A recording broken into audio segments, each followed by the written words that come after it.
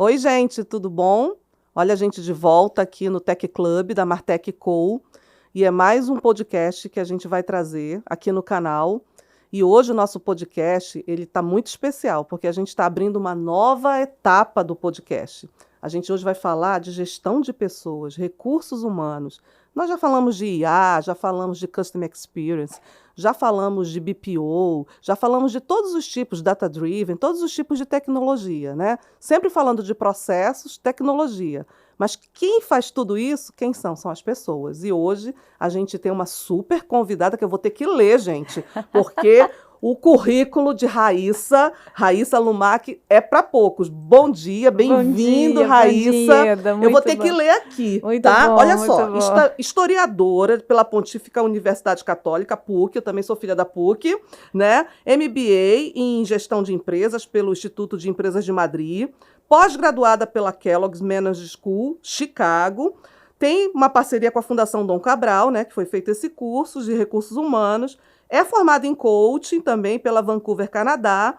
É conselheira pelo IBGC, Instituto de Governança Corporativa. Carreira de executiva. Eu trabalhei com Raíssa, tive esse privilégio, né, dela ser a diretora executiva, né, no grupo na Embratel.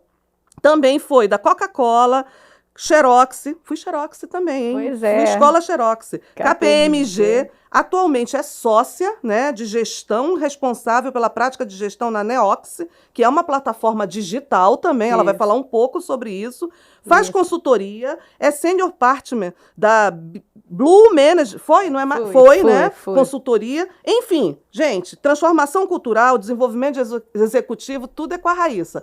Bem-vinda ao Tech Club, Raíssa, é contigo. Fiquei até nervosa de fazer essa apresentação. Amigo é suspeito, que amigo sempre é muito generoso com a gente, né? Prazer enorme. Prazer, né? Hoje a gente vai falar um pouco dessa confusão que a gente está vivendo, né? Uns falam transformação digital, outros falam revolução digital. Mas a gente tem as pessoas no meio disso tudo, né? E nós temos os líderes no meio disso tudo. A gente está vivendo aí essa confusão, se é uma transformação, se é uma revolução. E isso tudo vem embasado na palavrinha não tão grande chamada cultura, né? Nós somos uma cultura, né, na nossa vida social e na nossa vida empresarial. Então, como é que você vê essa transformação? Como é que a cultura está? E como é que isso vai mudar também essas pessoas? Como é que a gente trabalha com isso? Então, Ieda, você falou, né, da minha formação como historiadora. Se a gente tiver um olhar atento na história, né, todas as grandes transformações que a sociedade passou, inevitavelmente estavam conectadas com evoluções tecnológicas, né? Vamos desde a Revolução Histórica, a Revolução Industrial lá no século XIX, todos os grandes momentos da humanidade vieram a partir de transformações tecnológicas, independente da tecnologia, vieram através de inovações. O que aconteceram, né? Que transformaram a sociedade, por sua vez, dentro das organizações, transformaram a forma das pessoas trabalhar, os métodos de trabalho, as ferramentas, né? A maneira como as pessoas organizavam o trabalho e, consequentemente, o papel da liderança nisso, né? Então, quando você fala liderança digital, a palavra digital está aí porque estamos na época digital, né? Daqui a pouco a gente vai ter uma outra palavrinha para a transformação. Inevitavelmente, a gente está falando de uma grande mudança cultural. E quando a gente olha os grandes processos, os que deram certo, né? As organizações que saíram na frente, elas saíram na frente por quê?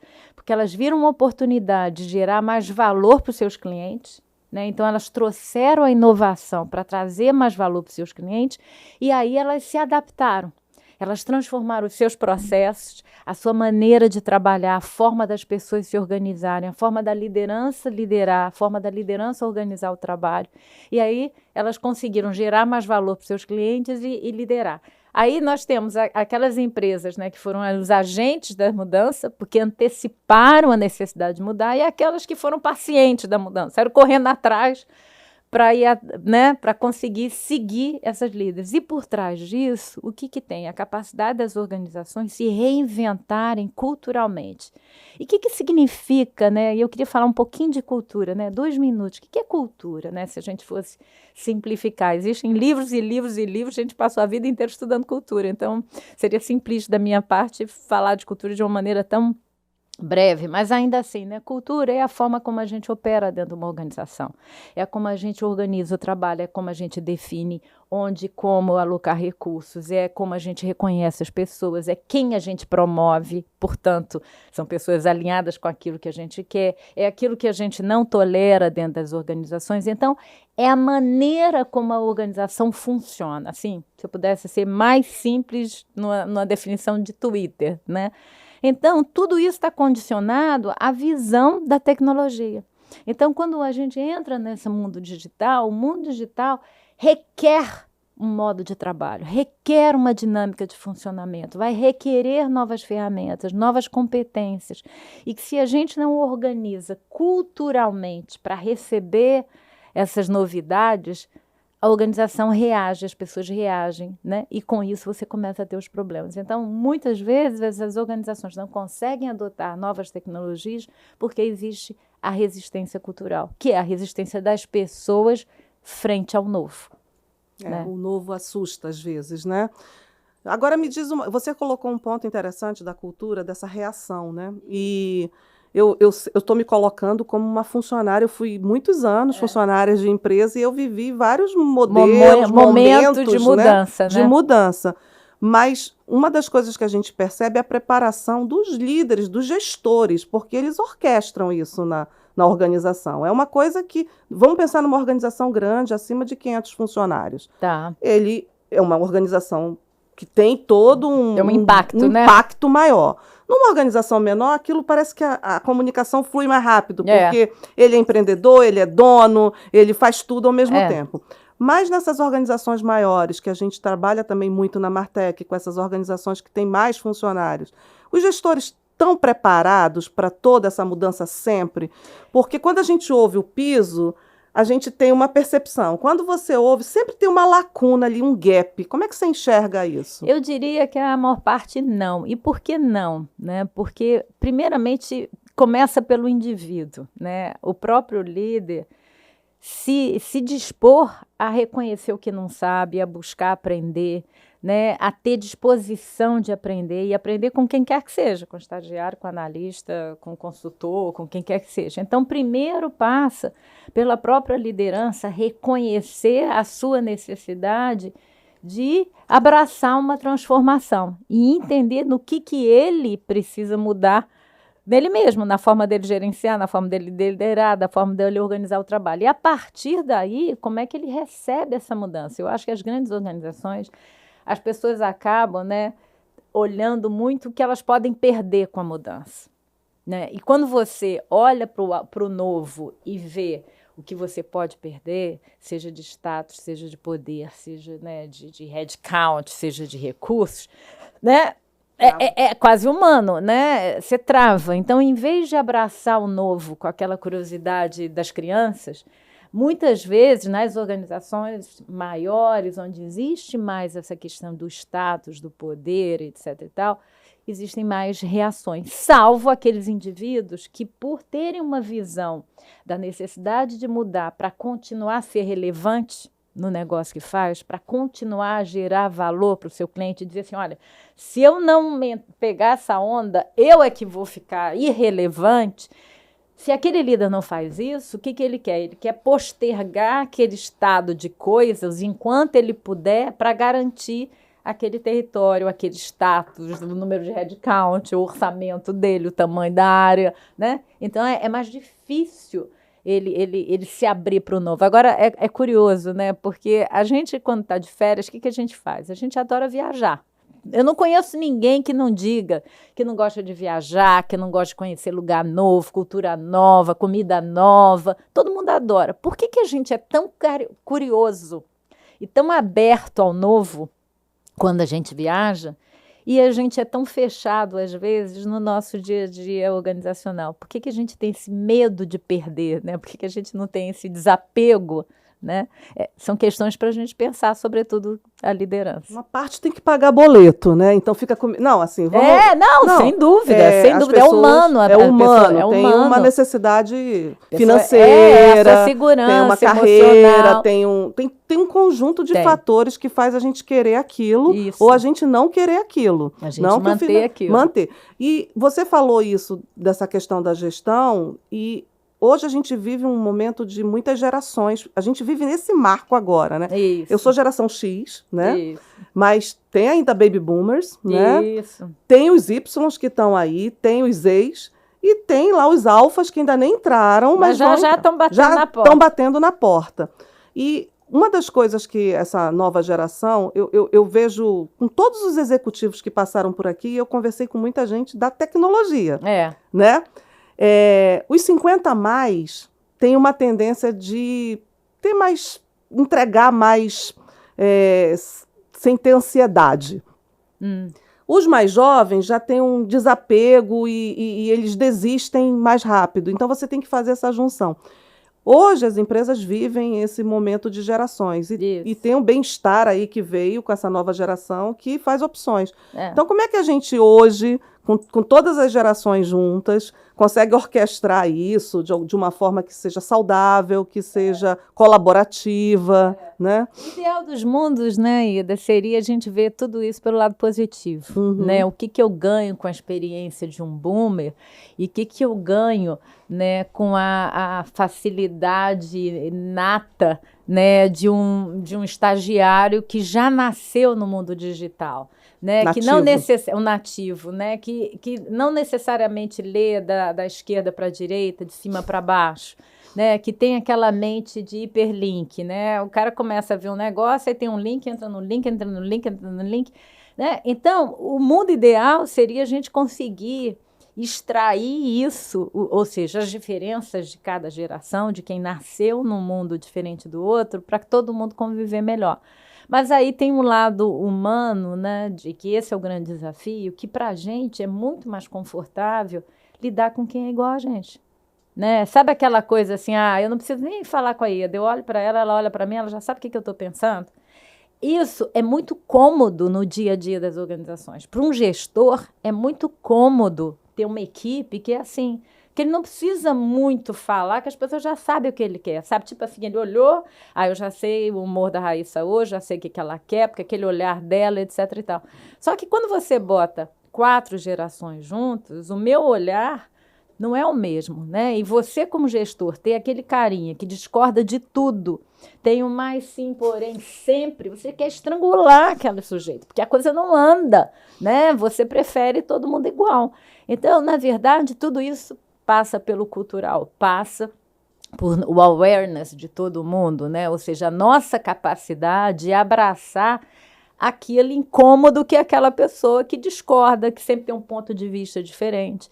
Então, todos nós precisamos sempre estarmos conscientes disso, estarmos nos provocando, estarmos trazendo o incômodo para perto como a única forma da gente se beneficiar dessas diferenças, porque está também acontecendo uma coisa interessante. Nunca a gente viveu uma época onde uma geração sabe coisas que a outra não sabe e mais, não vai ter tempo de saber. Perfeito. Porque a geração que chega, já chega com uma mente, né? Porque o primeiro brinquedo foi aqueles brinquedos, né, eletrônicos, onde você tem estímulo de luz, de som, de tomada de decisão. O cérebrozinho desse indivíduo já funciona de uma forma que o meu não vai funcionar.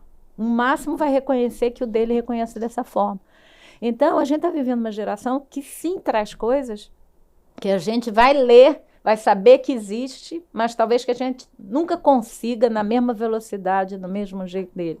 Então, isso também é uma quebra de paradigma, porque acabou aquele chefe que ensinava tudo como ia ser feito, do jeito que ia ser feito. O chefe que você bate lá na porta para perguntar como é que eu faço isso. Muitas vezes é o chefe que vem bater, na maior parte das vezes, o chefe que vem bater na porta do cara, e aí, como é que a gente resolve isso? Né? Inverteu. Inverteu. Então, como é que a gente lida com isso? Porque existem as relações de poder dentro da organização. né? Relações de poder. De poder, né? Aí muitas vezes se pergunta, as universidades, as escolas estão preparando as pessoas adequadamente? Existem universidades e escolas maravilhosas, em conceito, em ferramentas, em métodos, mas o ambiente da escola, por mais que tente, ainda não conseguiu ensinar a trabalhar. Ainda não conseguiu ensinar a pegar o método, testar, deu certo, errou, dentro de um ambiente político que é uma organização. A gente não pode se iludir. Não existe organização que não seja política. Onde tem gente, tem política. E essas relações políticas, a universidade não tem como explicar. Eu já ia falar como é que a gente tem que aprender as relações políticas por conta própria e dentro da organização. Ambiente político. Dentro desse ambiente. Algumas instituições de ensino, muito sabiamente, já estão gerando matérias, disciplinas, né, onde os alunos passam um período dentro da empresa, já fazendo projetos para a empresa, para tentar, como cadeira que tem nota, tem crédito, para que eles vivam aquele ambiente de soluções, de interagir com áreas, de depender da informação de uma área, etc. e outra, né? Mas, enfim, é um desafio, porque ainda existe um gap, que eu não sei se algum dia vai ser sanado, entre o que as universidades ensinam e o que, de fato, a gente precisa para navegar no ambiente político de uma organização. As escolas hoje, eu também fiz um curso na época, formação de diretores da Fundação Dom Cabral, né? Na época que você... Fantástico, a gente fez aquele curso. Mas as escolas hoje, eu conheci recentemente, eu já conhecia, mas eu fui visitar a Lincoln School Business em São Paulo. Elas já fazem uma escola de negócios, de empreendedorismo. E essa palavra empreender também faz uma mudança na cabeça também do profissional, né? Porque você pode ser aquele profissional tinha uma carreira, que entrou na empresa novinho, que cresceu, galgou todas as etapas, foi analista, foi especialista, foi gerente, foi diretor, ou às vezes não foi diretor, mas foi um consultor que não precisa gerir pessoas, mas você pode gerir, super reconhecido, referencial, e tem o empreendedor, né? Que ele diz, o mercado hoje também é um mercado finito de vagas, mas essa palavra empreender traz criatividade, traz senso de resolução, porque na minha cabeça, empreender sempre começa com um problema, assim, eu quero resolver um problema, né? Isso. Como é que você vê, assim, essas duas carreiras? A carreira ainda executiva, a carreira empresarial, ou a carreira até mesmo, que a gente sabe, empresa pública, empresa privada,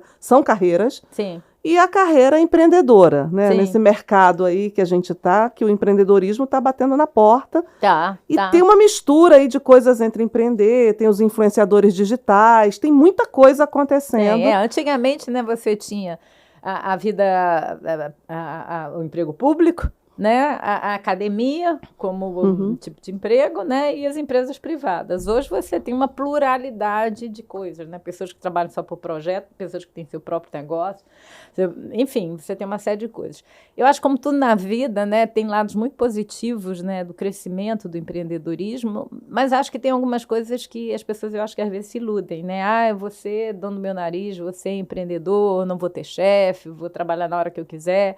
E a gente sabe que não é bem assim, né? Que muitas vezes você, agora que está nessa fase, né, empreendedora, você sabe que às vezes você ser empreendedora significa trabalhar muito mais do que na organização, porque na organização, bem ou mal, você tinha um horário do expediente que em algum momento você largava a caneta, né? Em algum momento. Agora, como empreendedor, que é o seu negócio, você não larga a caneta nunca. Né? E antes você tinha um chefe, não sei o quê, agora você tem um cliente que é igual ou talvez pior do que o chefe, dependendo do chefe, dependendo do cliente. Então, assim, eu acho que às vezes tem uma certa visão romântica, né, de ser empreendedor, né? Quando, na verdade, eu acho que é extremamente desafiante. Agora, eu acho que existem algumas pessoas cujo perfil é mesmo de empreender. Né? Pessoas inquietas, pessoas que às vezes não têm paciência de esperar os tempos e movimentos das organizações, sobretudo das organizações maiores. As organizações maiores estão debaixo de uma série de regras, de políticas, de compliance, que determinados processos, infelizmente, não são assim. Infelizmente ou felizmente, né? Não cabe aqui juízo de valor. Mas as coisas não são assim. Então, aquela pessoa mais inquieta, né, mais criativo, ele não aguenta, né, sobreviver àqueles ritmos. Ele, às vezes, não aguenta o mundo político da organização. ele é tão focado naquela solução, né, naquele problema que ele quer atacar, que ele não tem paciência para lidar com as articulações políticas que você precisa fazer para conseguir que algumas ideias sejam aprovadas, tem orçamento, tem agente, tem tudo isso. Então, eu acho que empreendedorismo é, sim, uma carreira que faz muito sentido, mas para algumas pessoas.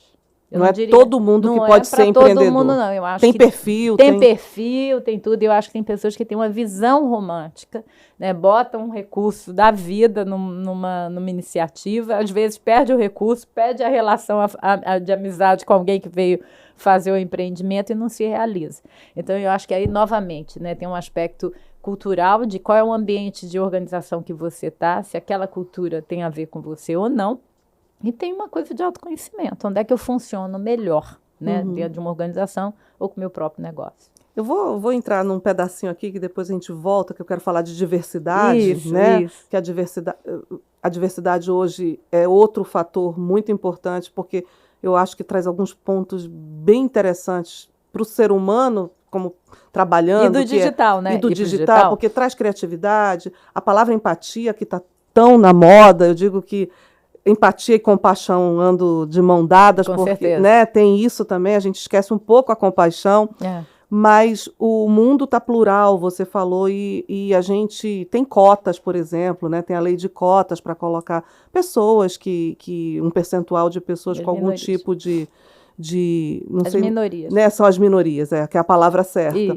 Mas tem todos os projetos nas empresas. Eu entrevistei o Dani Manitentag, ele tem um projeto enorme de inclusão né, dentro das organizações. Como é que você vê isso hoje nas empresas? Porque, apesar de tudo, e eu tenho experiência também em empresas, que a gente acha que está preparado, mas a gente não está. E aí eu não digo nem as minorias, mas as pessoas que estão ali, que são a maioria, que não tem ainda esse olhar, ou que não consegue, ou até a infraestrutura dos prédios que não estão preparados para isso. É muito complexo, né? E novamente volta para aquela coisa assim, é mais fácil lidar com aquele que é parecido comigo, sob qualquer aspecto, que fala a minha língua, que tem os mesmos valores, que estudou no mesmo colégio, que morou no mesmo bairro. Quanto mais afinidades, mais é fácil o relacionamento. Mas daí você só vai ter mais do mesmo. Então, se a gente está precisando de novas soluções para problemas cada vez mais complexos, se a gente pensa igual, né, todo mundo veio da mesma escola, do mesmo bairro, a gente vai ver o mundo sob a mesma perspectiva. Castas, né? Sob a mesma perspectiva. Então, isso, a gente não vai conseguir resolver os novos problemas cada vez mais complexos se todo mundo continua pensando igual. Agora, dito isso, não é fácil, né? Desde a questão da adaptação dos prédios, a nossa própria adaptação, né? Quando eu vejo pessoas que têm um estilo de vida que é muito diferente a mim, em alguns momentos pode até me ser, entre aspas, agressivo, né? Nesse sentido. Então, isso não é difícil. E, novamente, passa pela questão da cultura, porque a gente precisa, não é simplesmente aceitar o diferente, a gente precisa apreciar o diferente. Faz uma enorme diferença.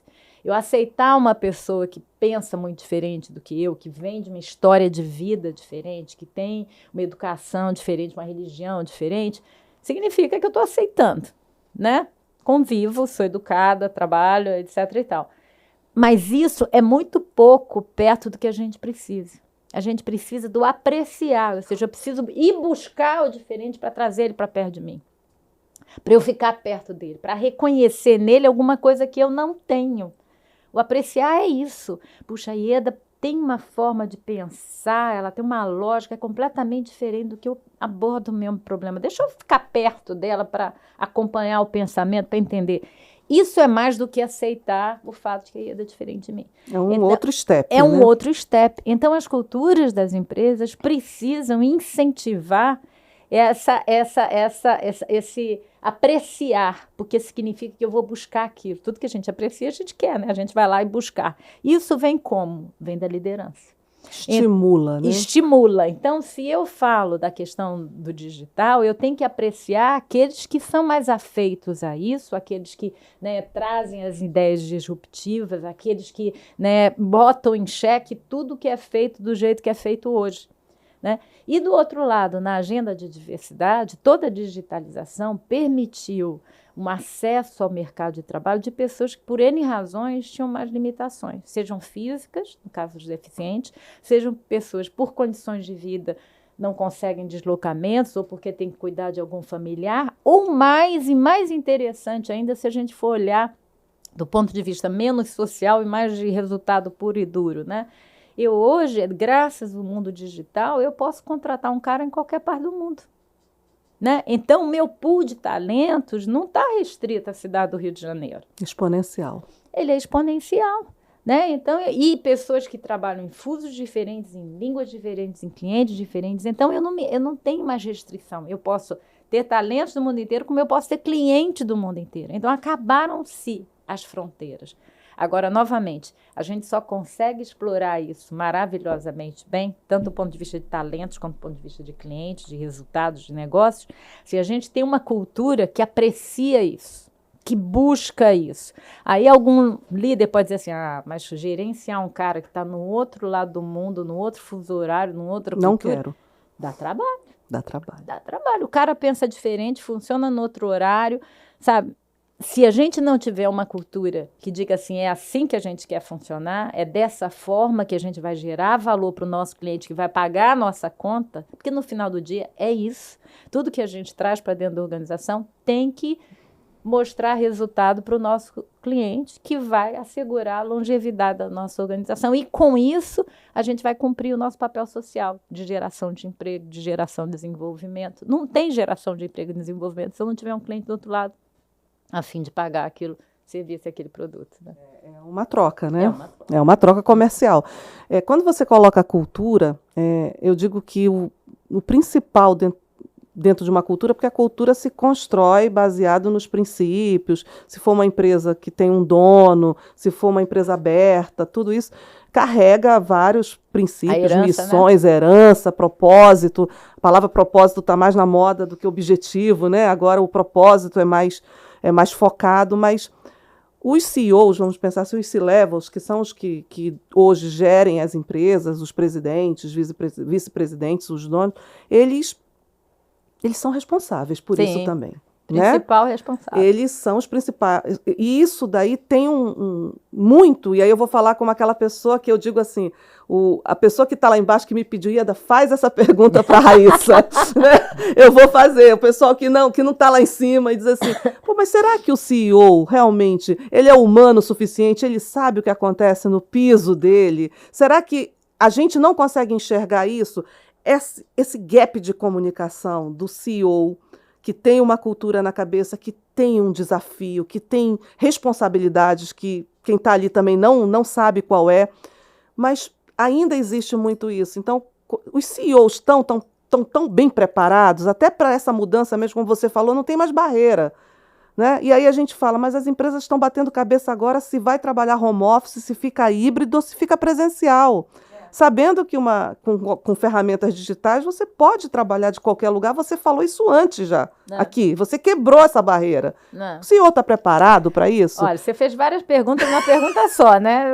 Vou marcar com os dedos para ver se eu me lembro de todas. Não, mas não tem problema, a gente está batendo o nosso papo. A primeira pergunta que você me fez é se o senhor sabe o que está acontecendo na base, né? Eu diria a você, com meus 30 anos de experiência, que 90% das vezes não sabe. Por quê? Uma coisa simples, problema não sobe escada. Eu sempre disse isso para todos os presidentes. Quer saber o que está acontecendo? Desce escada. Porque, em geral, os presidentes ficam no Olimpo, né? No último andar. Então, desce escada, porque problema não sobe escada. E cada escada, o problema vai ser filtrando, vai se filtrando, vai se filtrando, vai se filtrando. Então, primeira coisa. Muitos não sabem. Os que sabem são os que circulam, né? São os que falam com as pessoas, são os que estão mais próximos. A gente começou a abrir esse podcast dizendo da distância da liderança ainda, sobretudo nas organizações maiores. Então, para mim, os CEOs mais bem-sucedidos são aqueles que criam canais. Não é que ele vai andar por todo chão de fábrica, porque não tem nem tempo para isso, mas ele assegura canais de comunicação com os vários níveis da organização, para ouvir as diferentes perspectivas e saber o que está acontecendo. Inclusive, saber como a mensagem dele está chegando às pessoas. Porque também tem isso. Então, primeiro, eu diria que a maior parte dos CEOs não sabe o que está acontecendo, porque né, não chega. Aqueles que sabem, a gente nota a diferença do ponto de vista de gestão. o cara tem a organização na mão. Né? Em que sentido? Ele desafia, às vezes, a equipe direta dele com informações que a equipe direta dele não tem. Porque ele cria esses canais de comunicação, ele se aproxima, as pessoas podem chegar perto dele e conversar e comentar, enfim, cria oportunidades para isso. Então, isso foi uma parte da sua pergunta. Né? A outra parte da sua pergunta é se a liderança como um todo, do ponto de vista de cultura, ela está preparada. Alguns, sim, novamente, é como a questão da adoção das novas tecnologias. Algumas lideranças são visionárias, enxergam que esse modelo tem o seu limite e que precisa mudar. Não necessariamente ele tem todas as respostas de como mudar, de que jeito, com que método, mas ele enxerga que precisa e ele provoca as suas equipes para trazer o como. Mas ele tem muita clareza de que precisa ir para um novo patamar, para uma nova direção, e ele puxa a organização. Né? Outros não têm essa mesma clareza. E é muito engraçado que, embora, falando novamente de cultura, as organizações elas tenham as suas culturas, né, que vêm dos seus fundadores, né, seja de que época foi, isso é muito arraigado nos seus valores, no seu código de ética, etc. e tal, a gente percebe muito a diferença entre presidentes. Tem organizações que elas quase que mudam a sua cultura dependendo do presidente. A gente viveu numa organização que teve alguns presidentes que é quase água e vinho sendo a mesma organização. Aí você diz assim, mas como?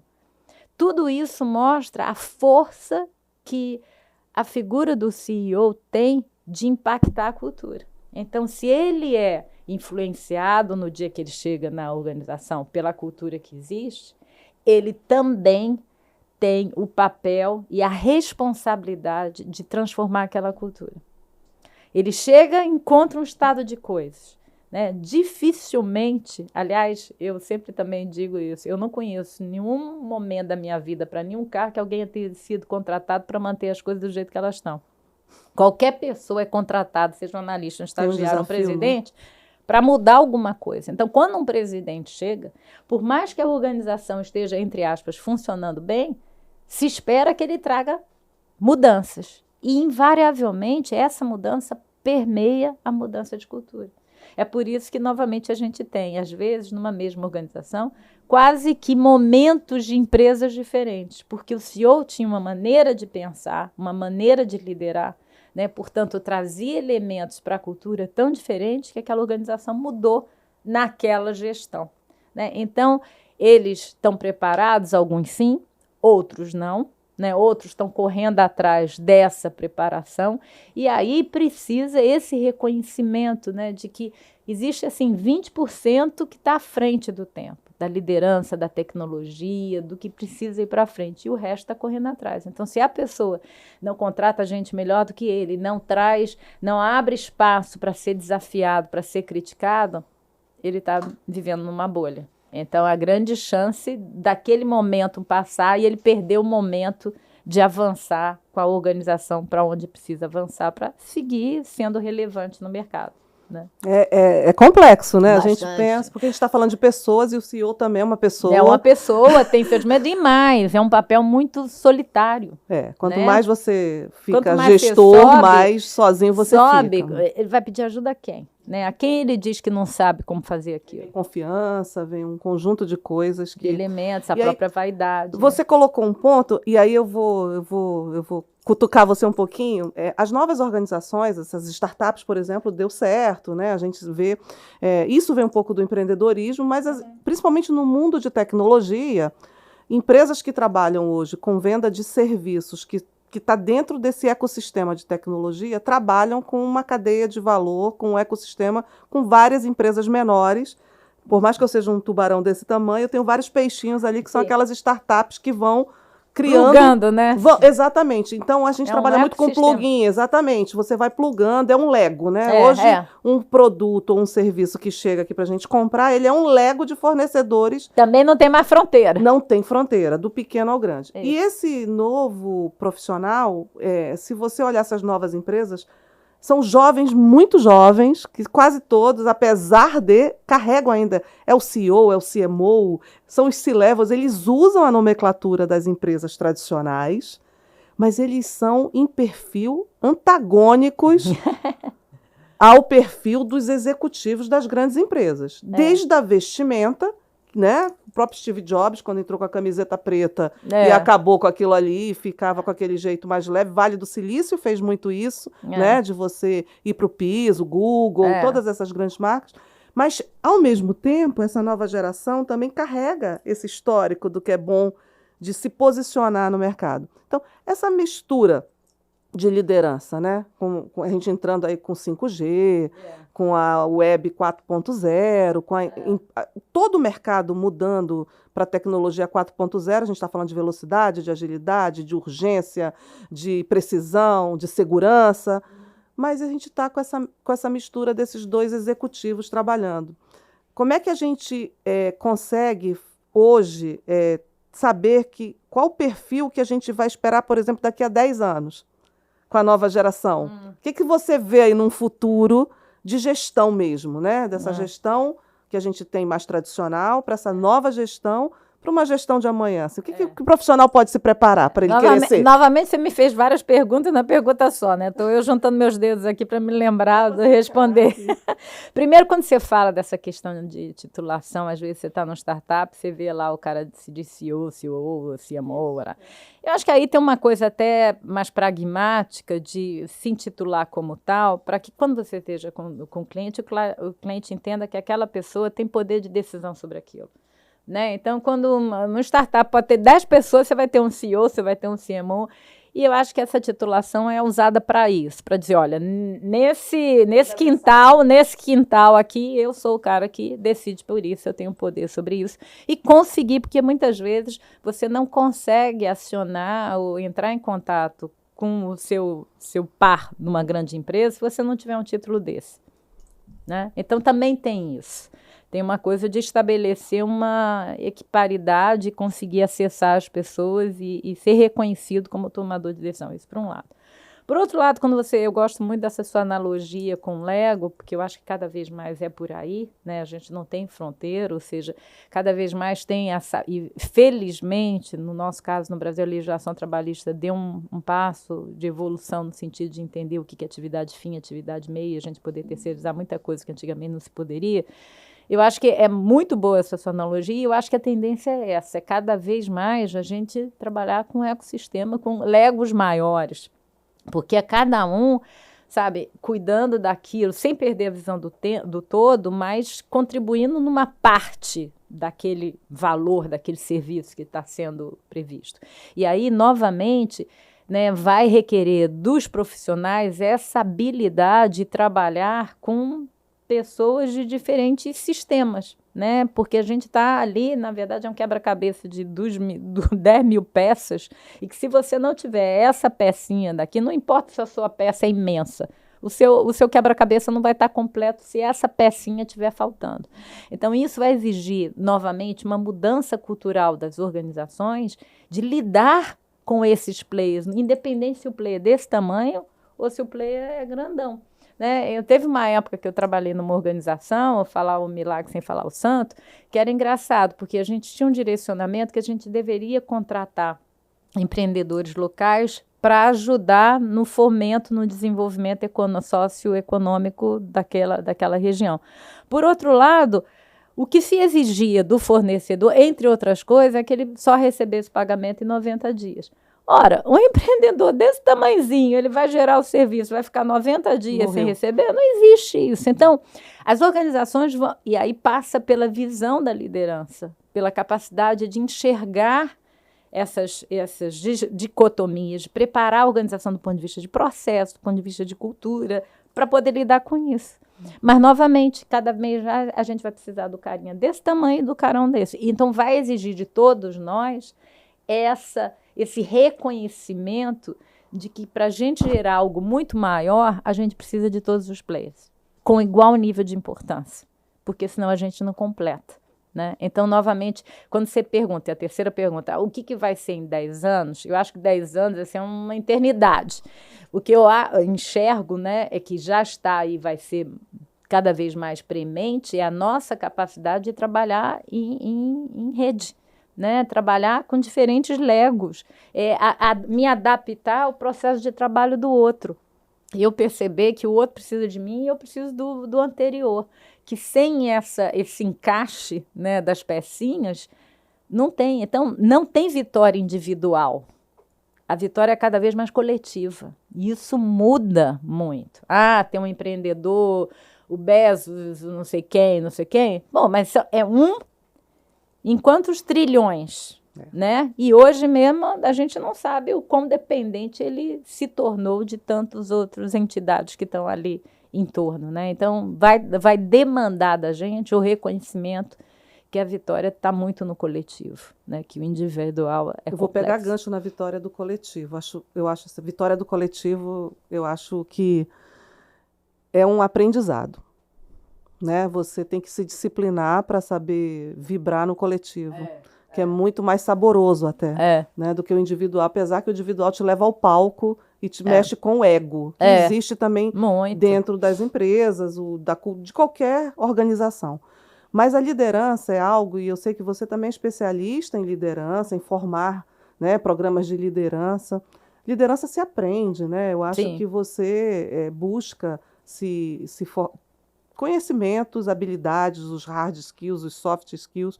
No mundo de tecnologia hoje, você fala, as universidades estão prontas? Estão levando tudo? A gente trabalha hoje muito mais com certificações do que com o nível em si acadêmico. Eu não estou dizendo que não tem importância, tá? Só estou colocando como um ponto.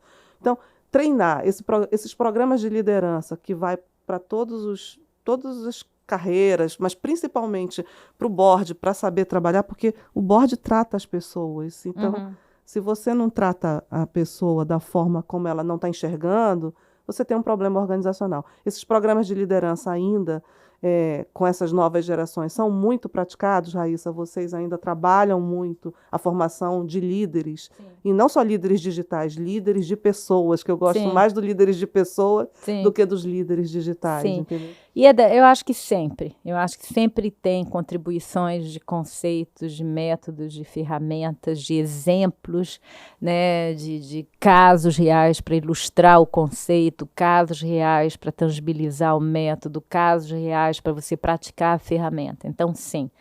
Agora, nada para mim substitui a oportunidade de você trabalhar com quem é bom e aprender com quem é bom.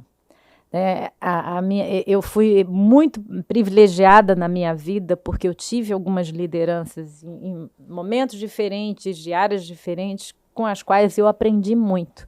Aquela observação, né, aquele exemplo, o olhar o outro fazer, olhar o outro comunicar, observar o outro em ação, isso livro nenhum substitui. Na prática. Né? O livro te instrui. Né? O livro te dá base, mas aquela coisa que você enxerga, e que você enxerga não só no mundo das organizações, você enxerga muito exemplo de liderança fora desse mundo. O esporte está aí a doidivana, né? E sem falar em uma série de outras situações, onde você enxerga.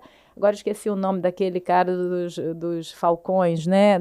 Então, assim, existe uma série de exemplos de liderança que basta você observar, prestar atenção como a pessoa fala, como ela responde uma pergunta difícil, né? Como ela diz que não sabe, ou como ela diz que sabe, como ela briga. Tudo isso por isso que eu digo que as universidades não estão 100% preparadas, e não sei se algum dia vão estar, porque tem uma hora que você tem que ver quem fazendo, tem que tentar fazer, e alguém dizer, olha, aqui foi bom, aqui precisa melhorar. Quer dizer, botar a mão na massa, não tem jeito, né? E aí que a gente aprende. Então, respondendo objetivamente a sua pergunta, sim, ajuda, continuará ajudando, tenho certeza que sim, mas precisa ainda dessa vida real que o ambiente das organizações propicia.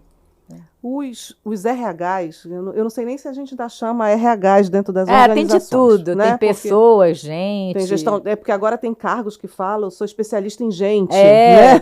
Tem um monte de nome diferente. Eu achei interessante, sou especialista em gente, né? É bem complexo, porque você estuda psicologia, você estuda antropologia, não é isso? Você estuda comportamento. Eu acho que é assim, poderoso, né? Dizer que uma pessoa é especialista em gente. Em gente, é complexo, mas quando a gente olha os RH, eu vou falar RH, recursos humanos, porque é o mais comum, né?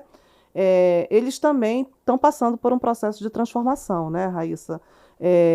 Com a tecnologia, e eu vou entrar um pouco, o chat GPT, a Sim, inteligência tudo. artificial, as ferramentas de contratação, as ferramentas de perfil, né? Tudo isso você consegue hoje com algoritmos, a estatística do passado, hoje, com toda a tecnologia, com esses algoritmos, você consegue ter mais precisão, né?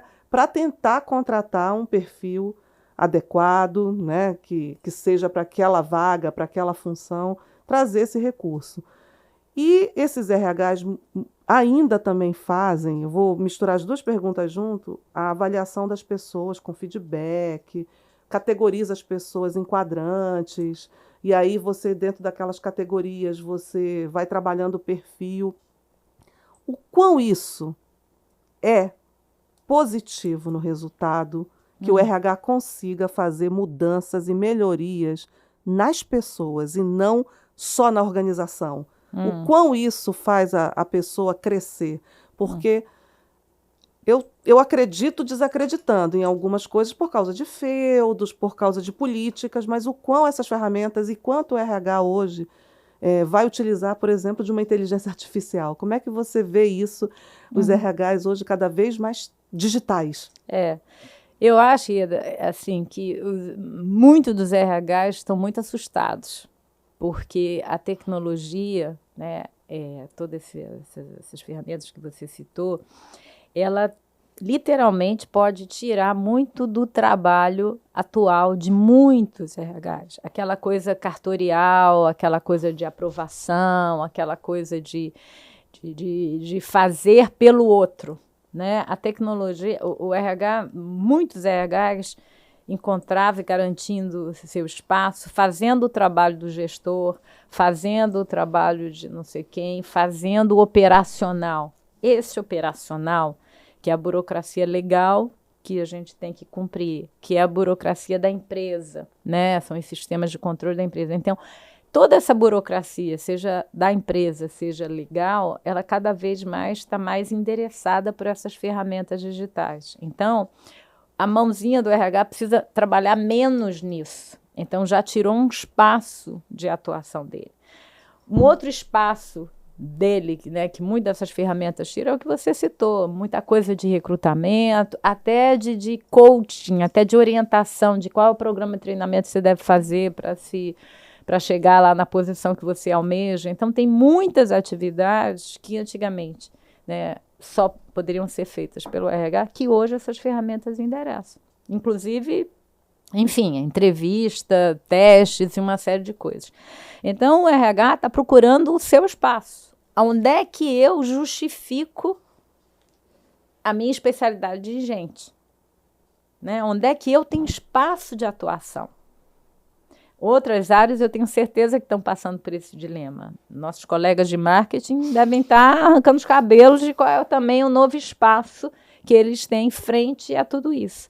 Então, não é uma resposta fácil, né? Porque você tem que entender até onde a tecnologia vai, até onde entra o dom humano, né? O dom humano de fato, né, ter conversas com os indivíduos, entender o negócio, para onde o negócio vai, para entender que métodos, que processos precisam ser mudados, a partir dos processos que mudados, que novas competências precisam ser desenvolvidas, como desenvolver, como avaliar pessoas. Então, ainda está se descobrindo qual é um novo espaço de atuação. Mas, de uma maneira geral, a maioria está muito assustada. Né? Só não está mais assustada porque, como, de uma maneira geral, no nosso país, essas tecnologias demoram a chegar, porque ainda requerem muito investimento, então a sobrevivência do povo está muito mais em função do atraso, do avanço da tecnologia, do que pela capacidade de ter identificado um novo espaço de atuação. Entende? Então, a sobrevivência dele está pelo atraso, e não porque ele identificou um novo espaço de atuação, o que é muito perigoso. Né? Quando você fala de métodos de avaliação de pessoas, assim, novamente, qualquer método é uma ferramenta, depende de como você faz uso daquilo. Né? Eu tenho muito medo de qualquer ferramenta que é black and white, né? Tudo aqui, tudo ali. Estereotipo, exatamente. Então, eu acho que qualquer ferramenta que seja, ela pode e é útil para você criar uma base de discussão. Mas eu acho que nada substitui a discussão sobre as pessoas, levando em consideração o que aquela pessoa quer da vida. Né? Porque a gente não pode desconectar. E eu ainda acho que muitos gestores não conhecem suas equipes. As pessoas, se você perguntar para os gestores o que a Raíssa quer da vida dela, qual é o que dá mais prazer no trabalho dela, o que ela mais detesta do trabalho dela, eu aposto com você que a maioria não sabe responder. Então, se o gestor não conhece os desejos, as expectativas, as necessidades da sua equipe, como é que ele avalia? Não tem ferramenta que seja boa para isso, porque ele não conhece as pessoas. Então, eu acho que primeiro fica um dever de casa dos gestores de conversar com as suas pessoas, entenderem necessidades, expectativas, sonhos, ambições, dificuldades, para depois usar a ferramenta com mais propriedade. Não sei se eu te respondi. Muito. Eu até naveguei aqui quando você falou isso, porque o não conhecer as equipes, quando o teu gestor não te conhece ou não conhece a equipe, e vocês fazem aquela avaliação 360 ou com outros gestores, aí a confusão se torna muito maior. Né? Porque se eu não conheço a minha equipe e eu peço para a Raíssa avaliar a minha equipe, e eu fico ouvindo... Como é que eu vou argumentar, né? Como é que eu argumento? Aí alguém vai dizer assim, não, mas eu não tenho tempo. Sim, mas você é gestor para quê? Para gerar resultado através de pessoas, não é? A função gerencial de gerir pessoas, o que é? Gerar resultado através das pessoas que fazem parte da sua equipe. Se você não conhece a sua equipe, não sei que resultado você está trazendo. Não, assim, quando você colocou isso aqui, isso reflete no item que é quando faz a pesquisa de clima. A pesquisa de clima é algo que... Fundo de empresa. Vamos lá no pessoal que... Chegou a hora da pesquisa de clima. Vou falar tudo que... Nem fala. Mas não, modo de falar de todo o grande que está ali, a maior população, vamos dizer assim, né? Mas a pesquisa de clima é uma ferramenta que eu acho que deveria ser fantástica para você fazer melhorias nos processos, na organização e também destacar os líderes, os melhores projetos, né? A gestão de projetos, ela traz uma pegada que eu acho interessante para isso, porque você tem um propósito, você entrega aquele propósito, você consegue mensurar aquele propósito e você consegue escalar ou aplicar esse propósito, esse projeto na organização como um todo. As empresas hoje estão trabalhando, algumas com gestão de projetos, outras não estão trabalhando com esse conceito ainda, depende da área, tudo isso. Mas você acha que as pesquisas de clima vão permanecer ainda do modelo que são, nesse mundo digital, por exemplo? Eu acho que existe uma tendência... Ou isso vai ser já no dia a dia, que é tão rápido online? Eu acho que tem uma tendência a se diminuir essas pesquisas imensas, que faz a cada 2 anos, que para a organização toda, que gera aqueles enormes relatórios, demora 3 meses para conseguir ter resultado, e ir mais numa linha de pulse, sabe?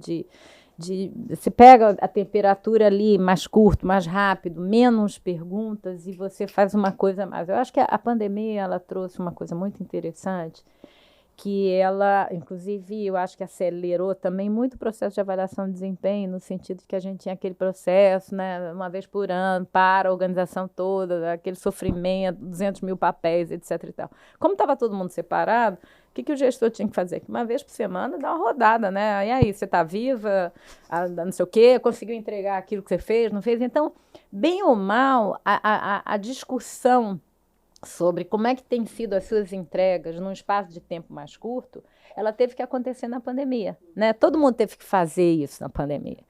E isso, o que fez? Beneficiou uma tendência que já está em andamento de muitas organizações, que é assim, essa avaliação de desempenho só do final do ano não serve para coisa nenhuma. O ano já foi. Entregou, não entregou... Eu ia perguntar, hein, gente, avaliação de desempenho serve. Eu nem me lembro do que a gente tinha combinado em janeiro para fazer. O que a gente combinou em fevereiro mudou em abril. Não faz o menor sentido aquela avaliação anual que para a organização toda.